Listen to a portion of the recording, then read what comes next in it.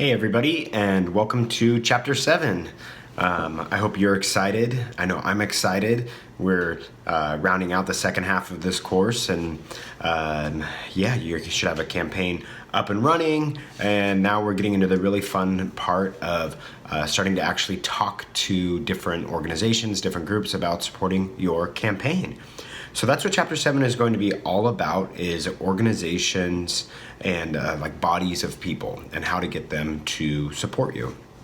So when people think about running for office for the first time, they're imagining shaking hands with voters, door to door, walking precincts. Maybe they're at some community fairs, very one-on-one interactions with voters.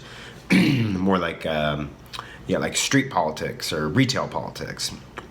While that is important, a huge component is getting the support of organizations. And in particular, the main way of doing that is getting the support of the leadership of organizations. So if you indulge me for a second here, we can illustrate this with an example. So let's say you're a student at Columbia University and you want to run to be president of Columbia, of the student government. Well, rather than talking to every single student, a way you might go about doing it is going and meeting with all of the fraternities, or meeting with the president of the fraternities and try and get them to support you. Or you'll go and talk to all the sororities, maybe the basketball team and other sports teams. And maybe you go and meet with student organizations like the LGBT student organization or the Black Student Union. And then when you meet with the leadership of these organizations, maybe they have a formal process of their organization supporting you, or maybe you just get their leadership to support you. Either way, that tends to trickle down to the members of the organization, making them more likely to support you. So another example could be, let's say that you are, do some of you already know where I'm going with this image? Let's say you are a tiger and you are competing to be the king of the jungle, to unseat the current king.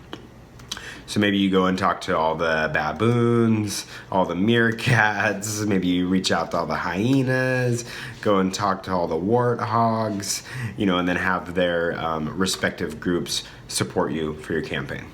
Okay, stupid example over. But this is a really critical part of the campaign, and people that are new to running for office don't realize how instrumental this is. So in this chapter, we are going to cover every aspect of this, and it's one part that or a particular part of this course that I'm passionate about and I love because I spent a lot of my time in local politics running a political advocacy organization that spent a lot of its time doing endorsements and meeting with candidates and then helping those candidates once we'd endorse them. So I know this stuff inside and out, and I love talking about it. So in lesson 1, we will talk about what organizations are out there that you could be and should be reaching out to seek their endorsement or seek their support. Or ones that might be reaching out to you proactively, and how that all works. Lesson 2, it'll be all about the endorsement. I've already thrown the word out there a few times, but endorsement, that's a way for an organization to say that their organization as a body, as an entity, officially supports your candidacy. So we'll talk about all of the processes around that, and it follows a pretty standard process for all organizations. So we'll talk through that and how to best navigate, how for your campaign to best navigate all of those processes.